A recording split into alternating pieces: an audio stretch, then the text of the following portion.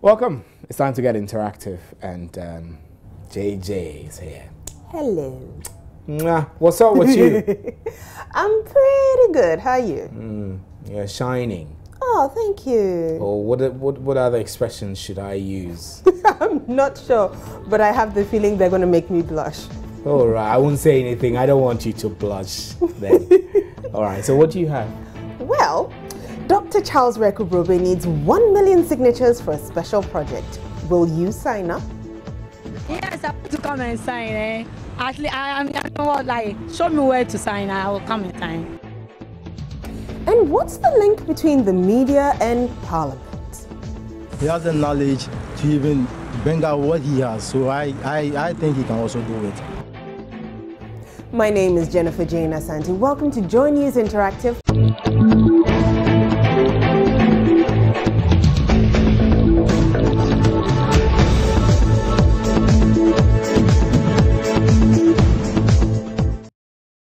Join the discussion right here on Joy News Interactive. Look us up on social media. On Facebook and Twitter, use the name Joy News on TV. Our handle on Twitter is JNInteractiveGH. Send an email if you like to the address joynewsim@multitvworld.com. As always, WhatsApp is the quickest way to get here. The number is 0560-800,000. That's 0560-8000 and another 00.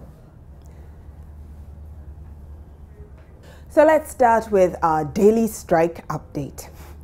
Lawyers for the Ghana Medical Association are questioning the right of the General Secretary of the United Front Party, Listowel Nanakwasi, for dragging them to court over their strike action. They questioned in particular the locus of the complainant in open court and filed a conditional appearance to give them some time to file their application in opposition to the writ. The most important thing is that the case has been adjourned to the 26th.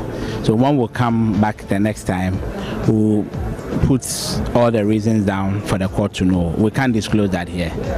There's not an end insight to the strike. You said you're meeting on Friday to consider a review of your decision. Yeah, that will be the prerogative of the members of the association. They will be the ones attending the General Assembly meeting. Whatever they say binds all of us. But it appears, many organizations, Christian Council, TUC, are all calling on you to reconsider your decision. Are you going to reconsider and, call off the strike at all? This was a decision by the General Assembly. I cannot stand here and preempt whatever they will decide. Let's wait. Tomorrow is just around the corner. After the General Assembly has deliberated, whatever decision they come up to, I'm sure the people of Ghana will know.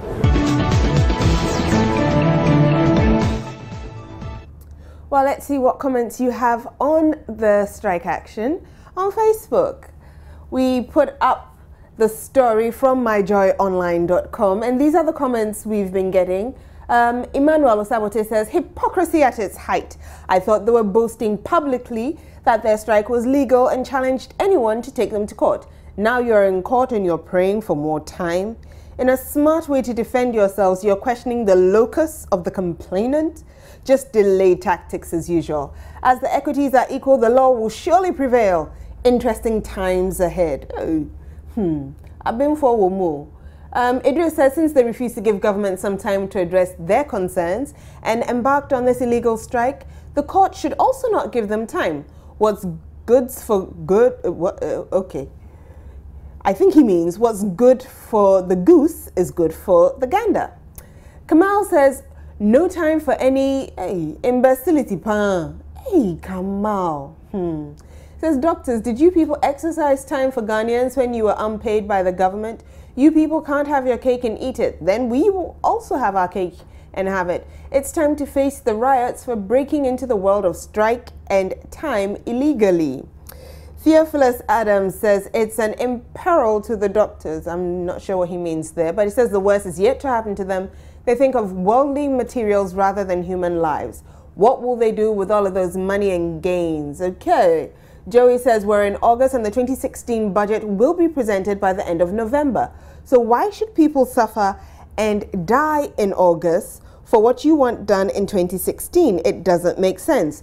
Fools when the government asks of time you didn't owe. Right, fools. When the government asks of time you denied it and now you're asking for time to respond to a lawsuit. Okay. And Mankate Matthew says, in fact, we're ordinary Ghanaians and are fed up with the doctors. They should give us a break. Chris says the government asked for the same time to negotiate and you went on strike. Now you're asking for time. What goes around comes around. Zibrila says they should go for strike for time. They strike for increments. All right. Oheneba thinks they are fake doctors and he wants them to resign. How about we move on to what's up? We've got Magzi in Bimbila saying, this is just an attention-seeking case by the secretary since their party is the most dormant party in the 21st century. It's just a waste of our time. Suleiman Magnificent in Tamale says the doctors should go back to the various hospitals. Samuel Werko from Groby says the law must take its course. The strike action is indeed illegal. The doctors must justify their stand at the law court now and not for some time to come. Zion is here, says, has the government been able to collect the 51 million cedis given to Woyome? What about the 94 million pounds to construction peons? My advice to the president is that the money can solve the doctor's problems, especially now that he is no more a dead goat. Well, let's move on to something else, shall we? Energy expert Dr. Charles Rekubrobe has launched a campaign against the payment of TV license fees in Ghana. Dr. Rekubrobe, over the past few weeks, has been seeking to restrain the Ghana Broadcasting Corporation from collecting TV license fees. But an Accra Fast-Track High Court on Monday authorized the state broadcaster to go ahead with the collection.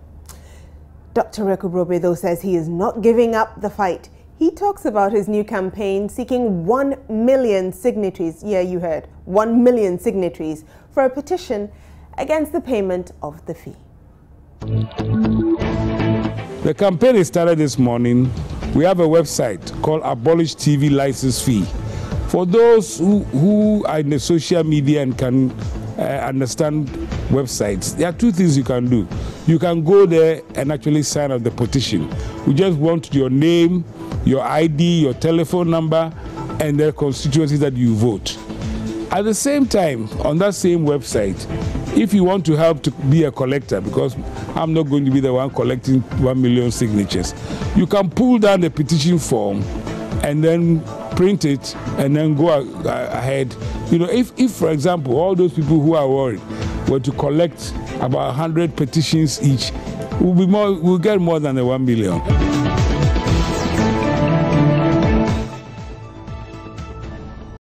So would you sign a petition like that? Actually, yeah. Actually, I heard that on the radio, and I don't know, but it's quite good. The truth should be supported. Yes, they have to work on things before they come to board to collect the TV license. I will give him, but to a certain extent, I'm against GTV alone collecting it. Because it's not the sole, GTV alone is not the sole TV station in Ghana. I think Rekubrobe is right to do what he's doing. Ghanaians are no more, under the waters. We don't know what is going on. We know, and I don't think we are going to be, I'm not going to be part of people who will not sign. I am signing, I'm giving the nod ahead that this TV license thing, we are not going to pay for it. Yes, I want to come and sign. Actually, I show me where to sign. I will come and sign. Yeah, I'll be glad to be part of it. The reason being that, look at the economy now. So many things is going on, and you want to bring this one to along? How do you want the Ghanaians to survive? We don't have any option. We have to abide with the law. So everybody is, for me, for instance, I support the government. If he brought the TV licenses to be brought to the people of Ghana, we should support the government. I will agree with him because we bought TV ourselves and we are paying for electricity bills. So why should we pay for TV licenses again? If it's concerning about the law, then maybe that's why maybe I may support him in that way. But if it's not because of the law, and it's just we are not going to pay because we don't get proper this thing, then that's different.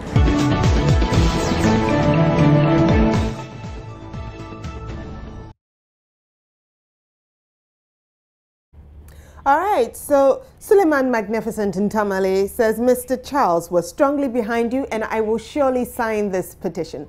Well, you heard him tell you how you can do it, and so we thought we would look for it on Facebook, as he said. So it's abolish TV license fee, and he's put up a little notice here saying today, Thursday, 13th August 2015, heralds the start of a national campaign to gather 1 million signatures of registered Ghanaian voters to petition the government and parliament to abolish the TV license law and replace it with legislation that is more suitable to today's realities of a vibrant, independent media. Now, there's more, and he's given you how you can go about it on that page. If you're interested, now you know where you can find it. Okay, so we have some comments on the page. Jibril is asking how to sign. Kennedy says, we won't pay. We're waiting for you. If you like, come. Okay. Elvis says, kindly do what would make Ghanaians identify this page as the official one. I think he's not sure that Ghanaians believe that this actually is the 1 million signatory petition. And Bashman says, I do not propose TV license fees in principle, but it comes with responsibilities that GBC is not ready to live up to. Right. So we'll take you back to the page, show you how you can sign up. It's got different steps. I think 5 says, first step is sign the online petition. The second is encourage others to sign online. 3, download hard copies of the petition. 4, recruit volunteers to get signatories. And 5, assist in any other way to facilitate the campaign. So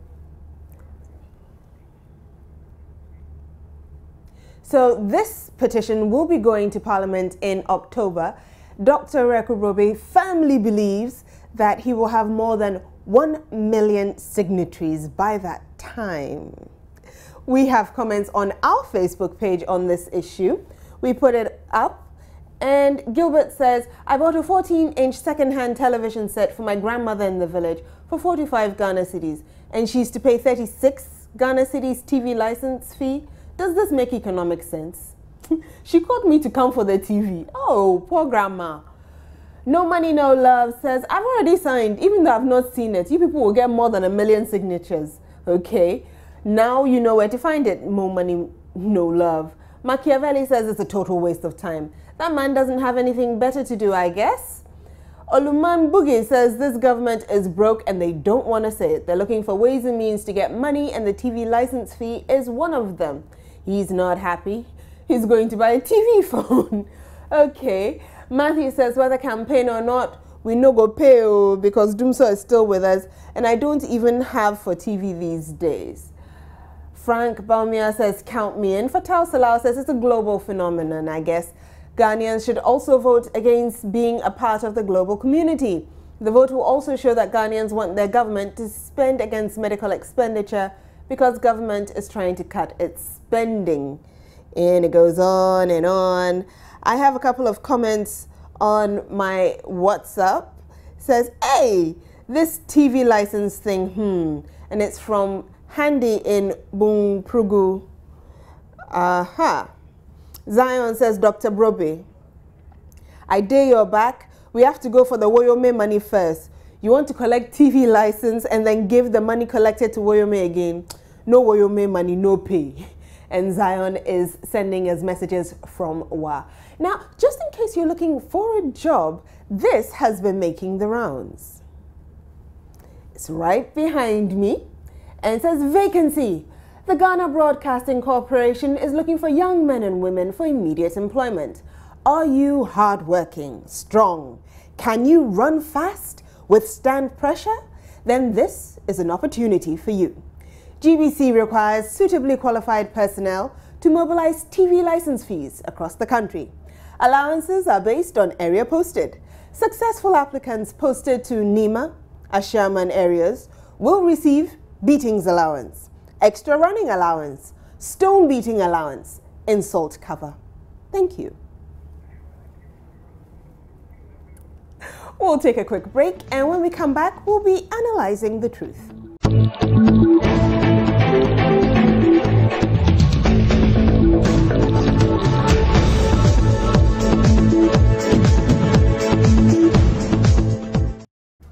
Seth Fosu stands accused of causing the June 3rd fire disaster at a oil filling station at the Kwame Nkrumah Circle, which killed over 150 people. According to the committee set up to investigate the incident, Mr. Fosu dropped a cigarette stub on the floodwaters, which ignited with petrol suspended on the water. Now, is this true? I don't know for sure, but some of my colleagues put the committee's theory to a test. Yesterday, the one we pour into the buckets was about 3 minutes. And we light the cigarettes and put it in it, nothing happened. And today we allow it to stay for I think about almost 2 hours. I went on board it around 7:30, so the time we closed the morning show. And it's still the same. I mean, the color of the petrol even changed, thinking that maybe that can bring the flame out, but it's still the same. Nothing happens. And we even pour it on the floor, thinking maybe when in motion something can happen. But the same. The fire officer has spoken to dispute what we did yesterday here, which was led by Captain Smart. I supported him to do that here. And yesterday we experimented with two sticks of cigarette, and we were expecting to see some fire flame, and we didn't see anything like that. This morning the fire expert is saying that because the fuel did not last for long, we was talking technicalities which we couldn't really understand, but he's saying that when you buy it, the concentration will go up high, and then it will make it more flammable. So we went to buy the fuel around 7 a.m. this morning. Now it is 10. So the fuel came here 3 hours ago. We wanted it to sit down for us to, prove a point to the fire officer who was saying that if we allow the product to be there for some time, when we bring the cigarette, the lighter cigarette close to it, there's going to be fire. So we did the same. We bought 2 cigarettes. We put the first one in the bucket, which was containing the petrol. We did not see anything like fire, and automatically the fire went off because it was dipped into the petrol.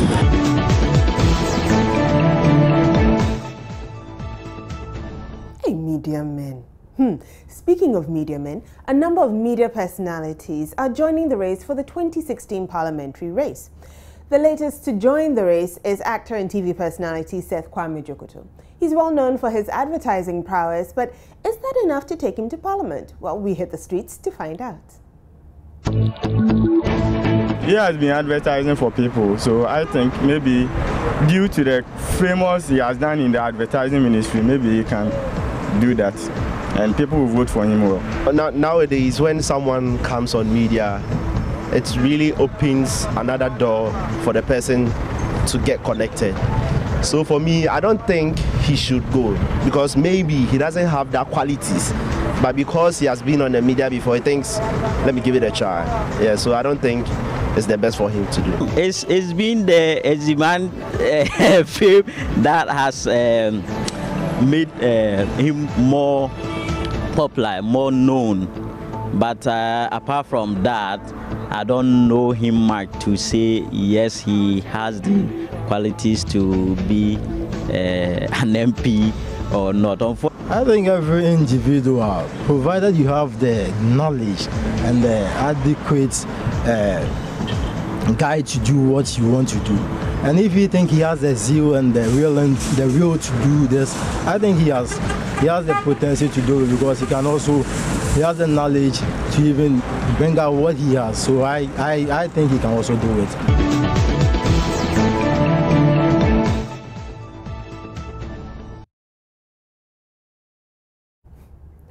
Well, here are our trending pictures for today. I'm pretty sure you'll see why we picked those pictures for today when you take a look at them. As I mentioned earlier, we have quite a number of media personalities stepping into the political arena. We had Kojopong Nkrumah from Multimedia stepping in when it was the MPP's turn. Now the NDC parliamentary candidates are dipping their toes in the water. We have quite a few of them. We'll show you those pictures in a bit, but right now, why don't we take a look? And right behind me is number one. Who's this one? Any ideas? And we have Seth Kwame Jokoto. I think we need to make that picture a little smaller. There we go. See? Seth Kwame Jokoto, parliamentary candidate. Takwa and same constituency. How nice. Okay. And there's a third one, isn't there? Yeah. We saw Gideon Aikwe, and now we see Abeku Agri Santana. He is humble, effective, reliable, headed for the Infantsman constituency. There we go, Gideon Aikwe. Gidi. Oh, but this is 2012. Now, Kwame Jokoto put this up. He says, I've seen my poster on social media. Let me state that the errors have been spotted. It was developed by the youth. It was actually developed by the youth in my area who think I'm delaying in releasing my poster. They put up my profile picture here without my notice, and it went viral. Thanks for the consent. So it's not that Kwame Jokoto doesn't know how to spell. He can spell pound. But let's see what is trending on Twitter with Lord Harris Asare.